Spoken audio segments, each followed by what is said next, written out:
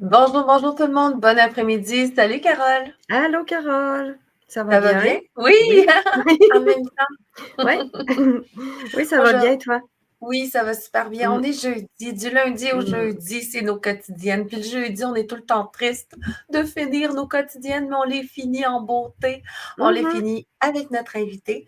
Oui, Encore aujourd'hui, on a le plaisir de recevoir Doge Québec qui est avec oui. nous. Salut Doge. Allô Loge, Bonjour Carole. Merci allô. de me recevoir aujourd'hui. C'est le plaisir est pour nous. Oui, toujours, toujours Mmh. renouvelé et renouvelable. Oui, Aujourd'hui, toujours. tu nous fais un grand plaisir, c'est-à-dire on ouvre dans les tiroirs de toutes Mmh, tes connaissances et de tout ce que tu possèdes comme mine de ressources. On va aller fouiller dans la loi sur la santé publique. oui. Oui, moi, en plus de l'informatique, une des choses qui m'a beaucoup intéressé, c'est la loi, parce que pour moi, les deux sont très, très proches. Ce sont des codes avec des abstractions et des références. Mmh, Donc, j'ai approché la loi un peu comme j'ai approché mon métier de développeur. Puis, pendant la pandémie, ben, comme beaucoup de gens, la loi sur la santé publique m'a intéressé. Euh, J'avais déjà quelques connaissances de certaines lois, de certains points légaux euh, qui, pour moi, avaient un lien important avec la loi sur la santé publique. Puis c'est un peu sur ça que je veux mmh. discuter avec vous aujourd'hui. Ben oui, Parfait. Puis moi, ça concerne surtout l'article 121 de la loi sur la santé publique. correct. Je vais Euh, tout de suite partager l'écran.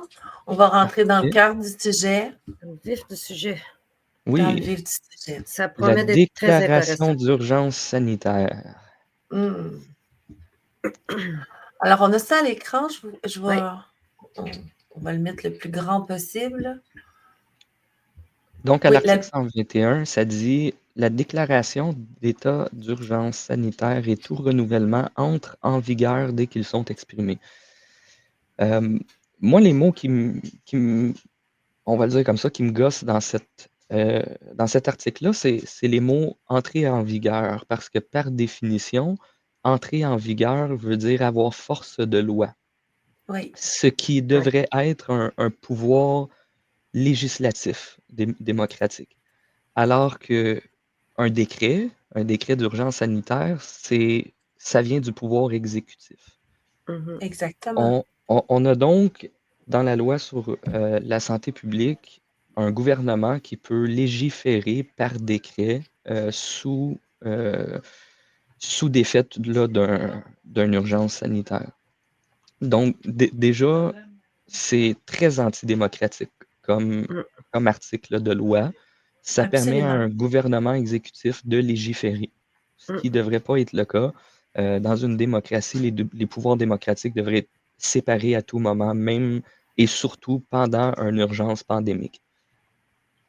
Oui. Euh, la raison pour laquelle moi, ça m'a, ça m'a attiré, c'est surtout la date. Si on regarde la date en dessous de l'article 2001.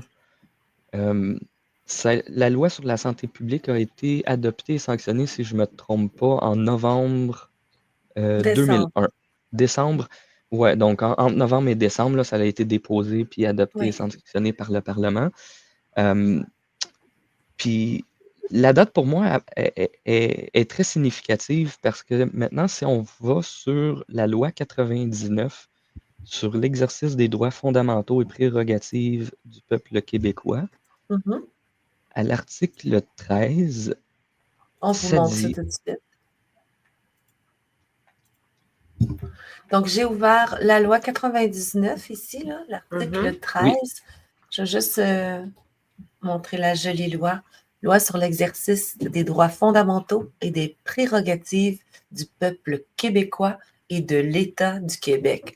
Ah, exactement. Donc, ils ont le tour. Ils ont des beaux titres, hein? Oh oui, mais ça. pour faire une histoire courte, en 2001, suite au quote-unquote référendum qu'il y a eu qui n'ont pas passé, c'est la loi qui a été déposée par Joseph Facal, qui était Oui, ministre des oui, Affaires Mhm. internationales à l'époque. C'est lui qui était derrière le référendum de 95. c'est Oui. Et Bon, à travers tout ça, en 2001, Mario Dumont aussi était présent. Donc, on a Joseph Facal et Mario Dumont qui, en Oui. 2001, sont dans l'Assemblée nationale pour voter une telle loi qui dit clairement à l'article 13, aucun autre parlement ou gouvernement ne peut réduire les pouvoirs, l'autorité et la souveraineté de l'Assemblée nationale. Ce qui est très, très fort. Ça veut dire que l'Assemblée nationale a un pouvoir souverain, puis aucun autre parlement, ça veut dire aucun autre. Ça veut dire pas le Parlement du Canada, puis pas le gouvernement du Canada. Mmh. Donc, Personne d'autre. on a en 2000, donc ici c'est daté 2000, mais je pense qu'elle a été adoptée à fin 2000 ou février même 2001. On a une déclaration claire du droit à l'autodétermination du peuple du Québec, de l'État québécois, de l'autorité souveraine qu'a l'État du Québec sur ses frontières et sur son territoire. Euh, puis, puis c'est là que moi, quand je fais le lien entre les deux, je trouve ça très intéressant parce que d'une année à l'autre, on a un Parlement qui dit l'Assemblée nationale est souveraine.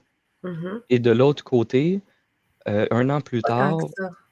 Mmh. sous l'urgence bon, de ce qui s'est passé le 11 septembre, on a tous les parlements qui ferment, puis on adopte la loi sur la santé publique dans l'urgence pour protéger la population, mais qui dit totalement l'inverse, qui dit finalement, ben, le pouvoir souverain législatif de l'Assemblée nationale, ben, on s'en fout s'il y a un état Ouais. d'urgence sanitaire.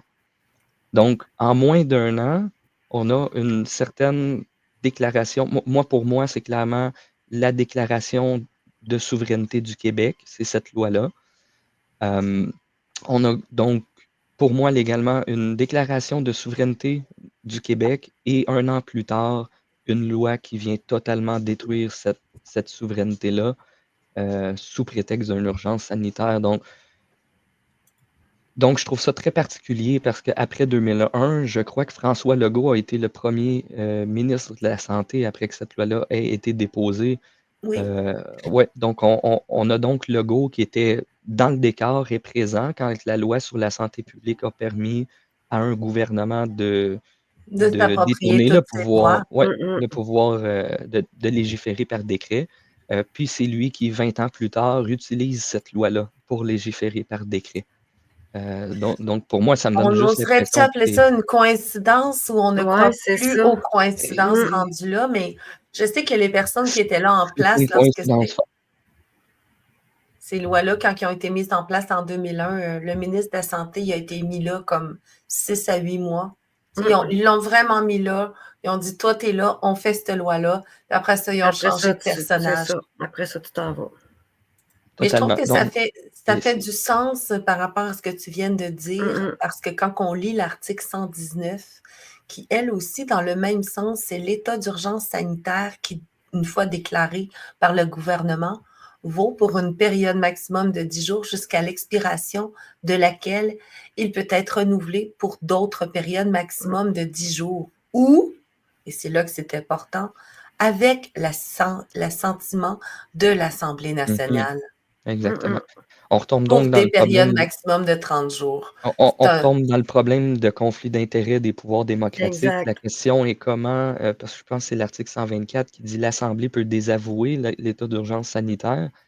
Donc, la question se pose, c'est comment est-ce que l'Assemblée peut désavouer une urgence sanitaire si le gouvernement qui a émis l'urgence sanitaire possède une majorité de sièges dans cette Assemblée-là? On- on- on se retrouve donc avec un gouvernement qui met en place un état d'urgence de facto parce qu'il le déclare, puis après ça, il rentre en chambre législative pour l'étirer. Mmh. exactement, puis même dans un nous, c'était une situation parfaite avec une majorité du parlement au pouvoir, du parti au pouvoir. Mais si on regarde du côté de la France, l'opposition qui était beaucoup plus majoritaire que la nôtre, parce que la nôtre, on va le dire, elle était absente, ben, ils n'ont pas plus parlé, ils n'ont pas plus dit: «Hey, by the way, on n'est pas juste des plantes vertes, hein». Tout le monde Et s'est tu dans cette c'est situation. En fait, non, c'est ce qui est très spécial de la France. Moi, j'ai vu, il y a eu un moment, environ 2 semaines pendant la pandémie, je crois que c'est milieu 2021, une vidéo du Parlement français où euh, des gens dénonçaient dans le Parlement le fait que des ministres exécutifs étaient là et qu'il n'y avait pas d'affaires là. Puis pendant quelques jours, voire 2 semaines, ils ont réussi à garder des ministres dehors, mais bon, c'est comme revenu en état de facto. L'opposition, comme tu dis, est beaucoup plus forte. Mais Oui. je l'ai vu aller en France, ils l'ont dénoncé dans le Parlement. Le Parlement européen ou tu parles de Le la Parlement Chambre? français. Le Ah oui? Parlement français, oui. Ah oui, Oui, ça passe, oui. hein? C'est Il, rock'n'roll, ces assez affaires-là. rock'n'roll. Et l'opposition leur disait, il disait clairement, je comprends pas pourquoi les ministres qui ont déclaré l'urgence sont ici. On est en conflit d'intérêts, puis c'est pas supposé être comme ça. Malheureusement, l'histoire, elle n'a pas évolué. Non?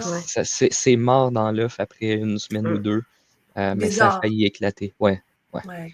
D'après moi, Ben, il y a nous, des on gens qui se sont avait fait passer, là. Anglade ici qui était l'opposition, puis elle en demandait plus. Elle, tu sais, c'est... Ouais. On sait d'où étaient ses allégeances à l'époque, mais c'est ça, la 24, c'est une déclaration d'état d'urgence sanitaire, n'empêche pas les autorités de santé publique d'exercer leurs pouvoirs qui leur sont conférés par d'autres dispositions de la présente loi. Une loi dans une loi dans une loi, ça donne beaucoup de pouvoir, ça, à des gens Vraiment. qui ne devraient pas être là, effectivement. C'est ce qui est arrivé avec le temps. On a un gouvernement qui ont subtilisé la législature depuis le début des années 70, puis que tranquillement, tu sais, on dit la mémoire est une faculté qui oublie. Vraiment. Ben, au fil des générations, on a oublié ce qui s'est passé en début 70, puis en fin 70, en 80, 90. On a une vague idée à cause de l'histoire qui nous garde pas complètement ignorants. Mais tu sais, l'histoire est facile à changer vu que toutes les personnes âgées qui ont l'histoire, qui ont les connaissances, décèdent, puis que les générations changent. Fait qu'au fur et à mesure Exactement. qu'on perd nos générations, ben, c'est ce qui arrive. On perd un bout de Exactement. notre histoire.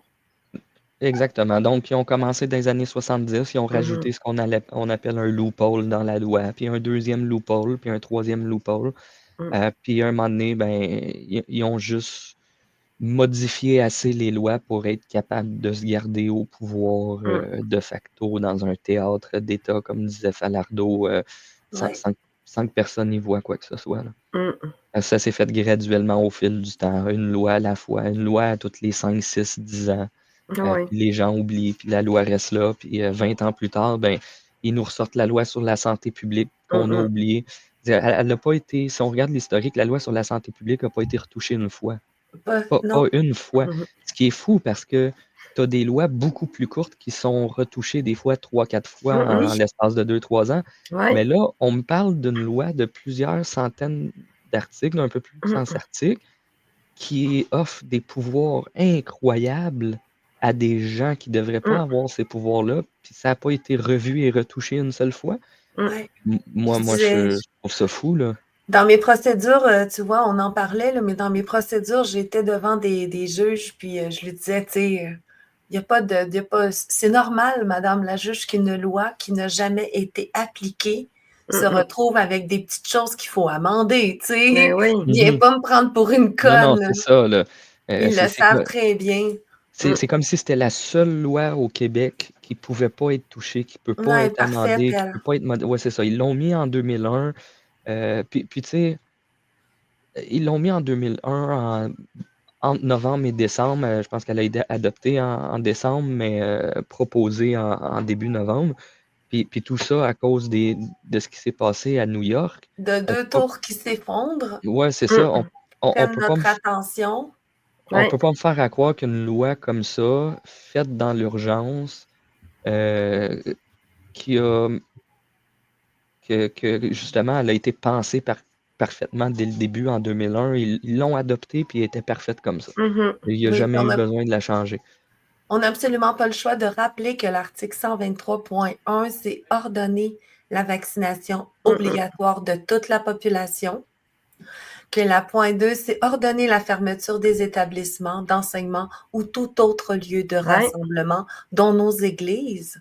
On a été fortement attaqués dans notre possibilité de pouvoir pratiquer notre foi, notre religion, et ordonner à toute personne, ministère ou organisme de lui communiquer ou de lui donner accès immédiatement à tout document ou tout renseignement. Ça, c'était vraiment d'aller dans vos petites culottes. Il n'y a personne qui a réagi à cet article point 3 qui est toujours en vigueur parce que même encore aujourd'hui, si on se bat pour qu'il y ait des amendements, un contrôle judiciaire sur ces articles de loi, c'est encore impossible jusqu'à la preuve du contraire, jusqu'à ce qu'on y arrivera. On y arrivera quand on y arrivera. Le 4e, c'est interdire l'accès sur les territoires, etc. Mais moi, celle que je veux faire, la numéro 7, une de mes préférées, faire les dépenses et conclure les contrats qu'il juge nécessaires. C'est pas la job du ministre des Finances? Entendez, moi, là, ça tombe dans les mains de la santé. Est-ce que vous entendez l'ouverture, la possibilité, à quel point c'est pas spécifique non plus? C'est tellement arbitraire en plus qu'il juge nécessaire. C'est super arbitraire, là. Moi, je me souviens, une des premières dépenses qui a été faite, c'était un contrat à Huawei pour des masques et des gants. Puis Huawei, dans ce temps-là, était accusé d'espionnage. Puis c'était une compagnie de technologie. Fait que pourquoi est-ce qu'on leur... le ministre de la Santé a vraiment jugé nécessaire de payer Huawei pour des gants puis des masques. C'est moi, les lois qui laissent un jugement arbitraire à ces gens-là, je trouve ça très contradictoire à la loi. C'est une autre chose qu'il faut que le peuple sache, que cette loi-là, elle est intouchable, puis alors que toutes les lois le sont, les juges, les ministres ne sont pas imputables. On peut revenir sur des lois qui sont contre nos droits, sauf celle-là. Puis ce qui est fou là-dedans, c'est que l'article 52 de la Charte des droits et libertés offre la possibilité à des lois de violer les droits et libertés. C'est possible que la législature dise, OK, on va mettre une loi en place, mais on est conscient que cette loi-là viole des droits. C'est pour ça que l'article 52 de la Charte dit qu'aucune loi postérieure à la Charte ne peut déroger aux articles 1 à 38, sauf si cette loi mentionne expressément s'appliquer malgré la Charte. Donc, c'est là qu'on est ramené à l'arrêt Oak. Ça aurait été simple, quand ils ont adopté la loi, de mettre à l'article 1 ou 2, cette loi s'applique malgré la Charte. C'est ce que veut dire expressément. Ça veut dire rapidement et de façon explicite. Donc, il aurait fallu qu'ils ajoutent dans l'article 1, cette loi s'applique malgré la Charte. Ça veut dire vos législateurs sont conscients qu'ils légifèrent sur vos droits, qu'ils les violent, mais c'est pour une bonne raison, puis c'est parce qu'on l'a légiféré comme ça. Puis ils n'ont même pas fait ça pour la loi pour la santé publique. Ils auraient pu le faire. Même chose pour les victimes du vaccin, ceux qui sont même pas dédommagés, comme on parlait tout à l'heure hors caméra, mais c'est à eux de faire la preuve du lien de cause à effet. Même ça, pas, c'est quelque chose. Même pas, parce que nous autres, on ne peut même pas déclarer nos effets nous autres mêmes. Il faut trouver un médecin qui, normalement, selon ses droits, doit déclarer tout effet qui survient après une injection. C'est ce qui arrive avec les lois remplies d'arbitrarité. Oui, la loi dit que le ministre doit dédommager tous ceux qui ont des effets secondaires du vaccin, mais après ça, sont où les règles de dédommagement? Mais là, on se rend compte qu'il n'y en a pas. Il n'y en a pas. Il n'y en a aucune. Il n'y a aucun règlement du dédommagement. C'est tout au bon vouloir du ministre. Exactement. Comme présentement, mon dossier est au bon vouloir de la santé publique. Ils ne sont pas pressés de le régler, évidemment. Déjà, il faudrait admettre qu'il y a eu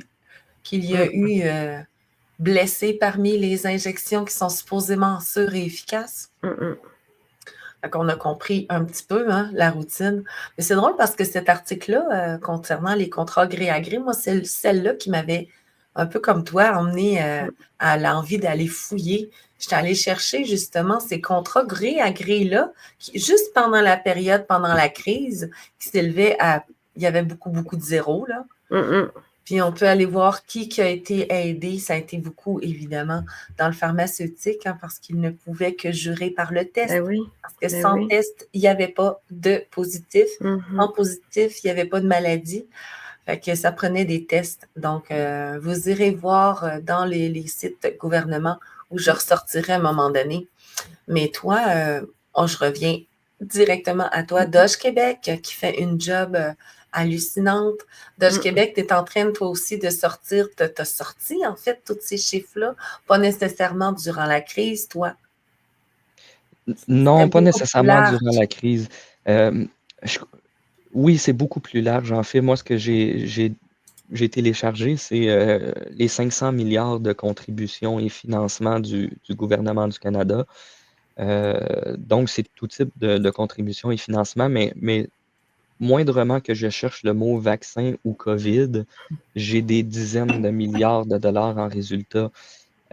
Juste pour Gavi, qui est Bill Gates, l'alliance du vaccin Gavi, j'ai trouvé pour 1,7 milliard de dollars en transactions depuis 2018 à Gavi. Là. C'est énorme, 1,7 milliard. Puis ça, c'est sans compter tout le reste de l'argent, les autres milliards. Je crois que j'avais autour de 2 ou 2,5 milliards de dollars concernant la recherche sur les mots vaccins et COVID. Puis ça, c'est juste pour Affaires mondiales Canada.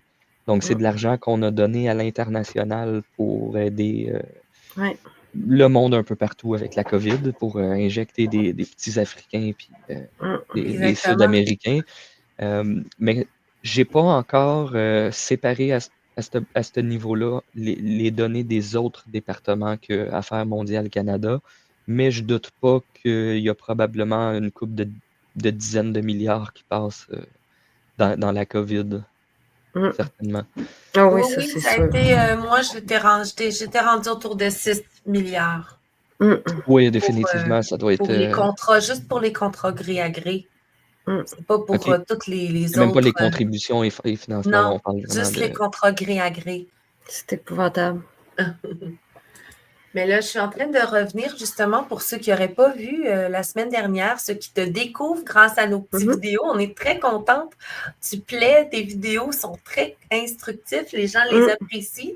Que pour ceux qui ne connaissent pas, c'est Doge Québec officiel. Là, je suis sur ta page perso. Exactement. Je vais aller plus Doge officiel pour que les gens te retrouvent exactement comme ça, facilement. Allez vous abonner. Voilà, c'est Doge Québec, le petit officiel. Puis, petit disclaimer, Doge Québec est un département non officiel du Canada. Ouais. Oui, c'est ça qui est drôle. Exactement, donc j'ai pas... donc, c'est une page officielle d'un département non officiel du Canada. On espère voir Doge implémenté comme un département officiel. Donc, c'est sûr que, bon, je suis pas Elon Musk, j'ai pas les pouvoirs exécutifs d'Elon Musk. Je prétends pas, dans ce projet-là, pouvoir sortir les chiffres cachés puis les documents secrets. Moi, je travaille juste sur des données publiques. Donc, le but de tout ça, c'est pas d'exposer des données qui sont déjà publiques. Moi, c'est sûr que à travers de ça, mon outil va les exposer plus facilement. C'est un peu le but. Donc, un outil de recherche qui est beaucoup plus efficace que le site du gouvernement.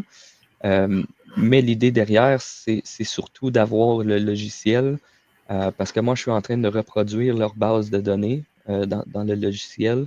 Donc, au bout de la ligne, si ce logiciel-là fonctionne sur les données publiques, c'est un logiciel qui va fonctionner sur les données privées directement sur les bases de données du gouvernement. Donc, c'est ça, l'idée, c'est juste de montrer que c'est possible, c'est faisable.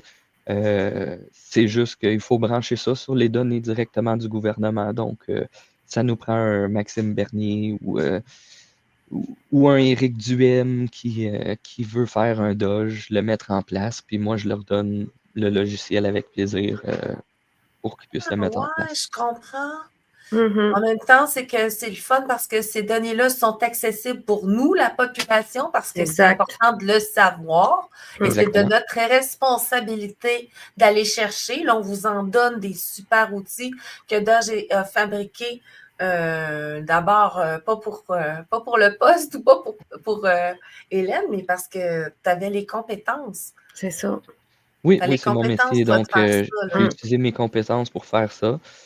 Donc c'est ça, la philosophie derrière, c'est vraiment d'avoir un outil prêt. Tu sais, je pense pas que c'est rendu dans la bâtisse qu'il faut que tu te prépares à faire du ménage. Il faut que tu arrives avec tes chaudières puis ta mop déjà prête. Ouais. Fait que c'est un Oh, peu ça l'idée, excellent. c'est d'avoir un Ta mop est logiciel. déjà prête, ton eau Ouais, est propre, tout e- attend. exactement. Fait que tu perds pas de terre rendu dans la bâtisse. Je veux dire, Elon Musk, s'il a pu faire tout ça aussi rapidement, dans les C'est parce premiers que jours, il était déjà en place, c'est c'est ça. parce qu'il y avait déjà des logiciels de prêt. Il y avait déjà probablement eu des accès à des bases de données.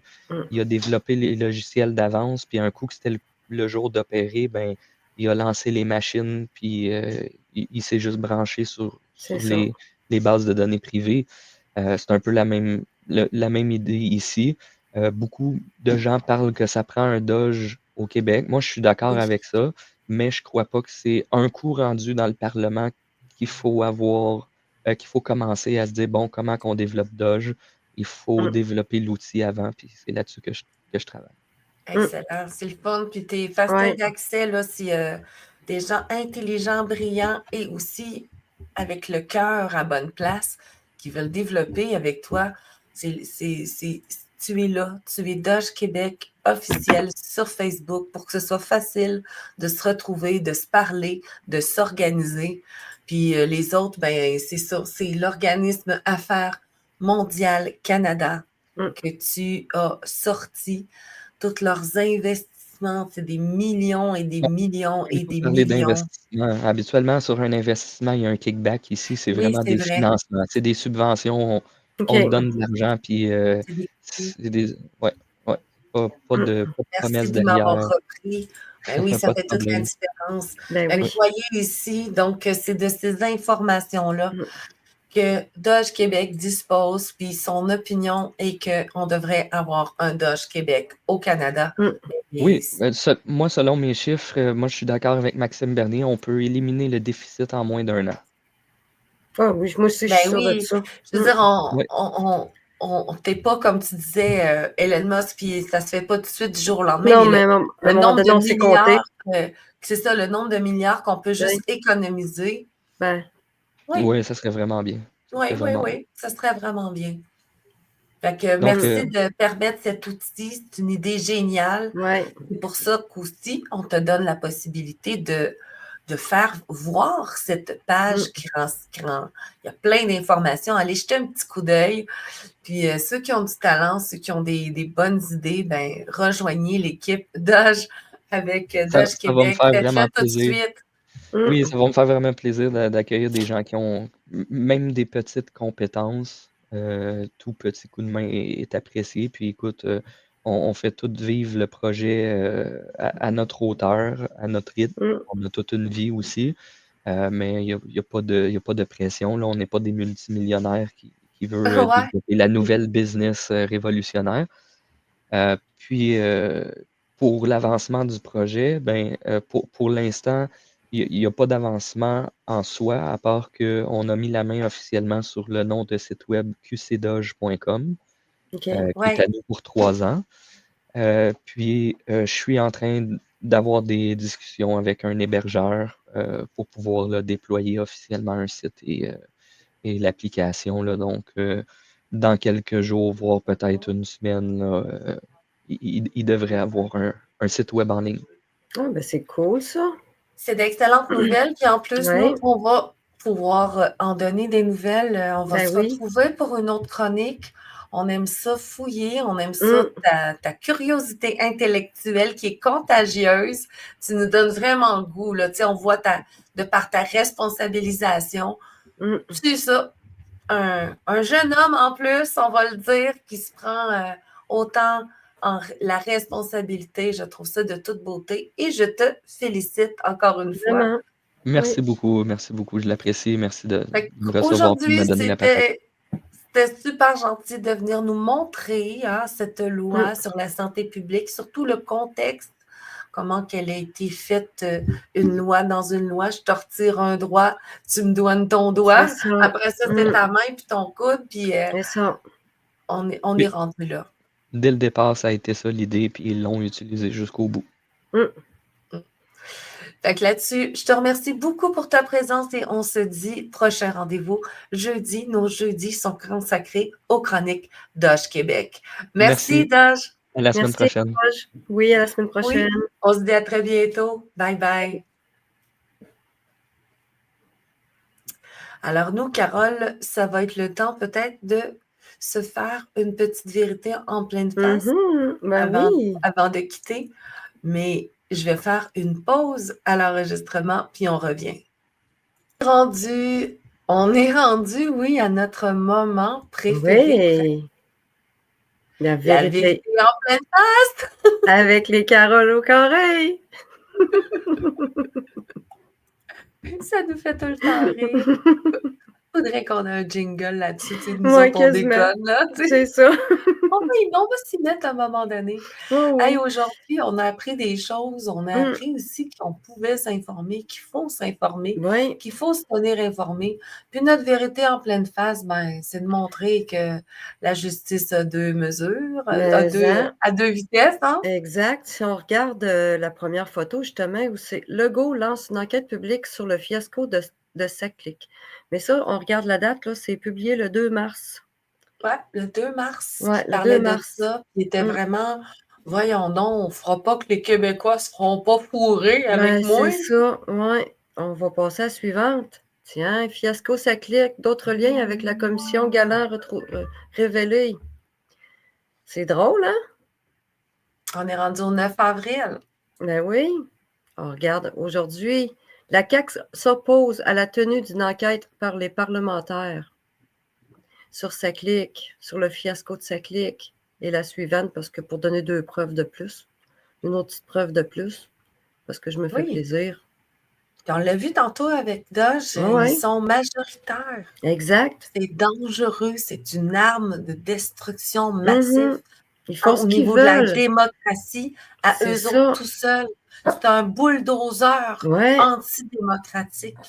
Il n'y avait pas d'importance d'être compétent, pas compétent, d'être important, c'était des plantes vertes. Ils ont servi à être majoritaires pour faire passer ces 898 lois amendées, abrogées, avec des non-sens pour que personne, il y en avait tellement que personne qui a pu suivre tout ça. La CAQ, vraiment, un gouvernement majoritaire, c'est ça que ça donne. Ben, c'est sûr qu'on parle de perversion ici, là. Parce qu'en principe, un gouvernement qui ne se met pas le nez dans le législatif et dans l'exécutif, le nez un peu partout, ce qu'il ne devrait pas faire, ben, on aurait déjà plus de quelque chose qui ressemble à une démocratie. Ben oui. Et là, on en est loin. Ben oui, parce qu'à la minute là, que tout d'un coup, encore, la CAQ vote contre une enquête sur les mensonges de la SAC. Voilà. Pas compliqué. C'est ça. Fait que ça prouve que, encore une fois, ils font ce qu'ils veulent. Ben oui, ils sont majoritaires. C'est ça. On l'a vécu pendant la crise COVID, hein? Ils se mettaient, on était là, ça passera pas. Ils se levaient pour 96, 100, 105. Hey, ils ont été nombreux longtemps, la CAQ, à la Chambre. Et on l'a vu par certains. Le dirigeant lui-même dirige de façon pervers. C'est sous-fifre et son Simon Jolin Barrette, qui est à sa portée, il est aussi un être extrêmement pervers. En tout cas, de par ses lois. Puis on voit aussi comment est-ce que la CAQ a son revers et l'autre côté en même temps. Là, oui, l'absence d'opposition. Devoir de mémoire que le 2 mars, il demandait l'enquête, puis aujourd'hui, oh non, là, ça ne prend pas une enquête. Là. Hey, faut pas faire d'enquête, ils vont découvrir trop d'affaires. Oui, il va falloir que Nathalie El-Grabli s'en occupe. Si elle ne met pas son nez des affaires, il n'y a rien de vrai qui se dit. Fait que c'était notre vérité en pleine face. C'était le jeudi 10 avril, tout le monde. Que vous nous regardiez d'ici ou de très, très loin dans la francophonie. On est contente de vous retrouver. On vous remercie pour ces beaux messages de support Dites-nous d'où vous venez. Laissez-nous des commentaires. Ça nous fait extrêmement plaisir de vous lire. Oui, vraiment. C'était vos Carole au carré et on vous souhaite un joyeux week-end parce qu'on se retrouve dès la semaine prochaine, du lundi au jeudi à 15h pour les adeptes de vérité. C'est sur nos chaînes La Voix des victimes pour Carole Avoine et LVA TV. Alors, merci de faire des petits tours, de nous encourager, puis de mettre un petit pouce, ça fait déjà une grosse différence. Vraiment. Merci tout le monde. Bye Carole, bon week-end. Bye bye, bon week-end. Bye tout le monde.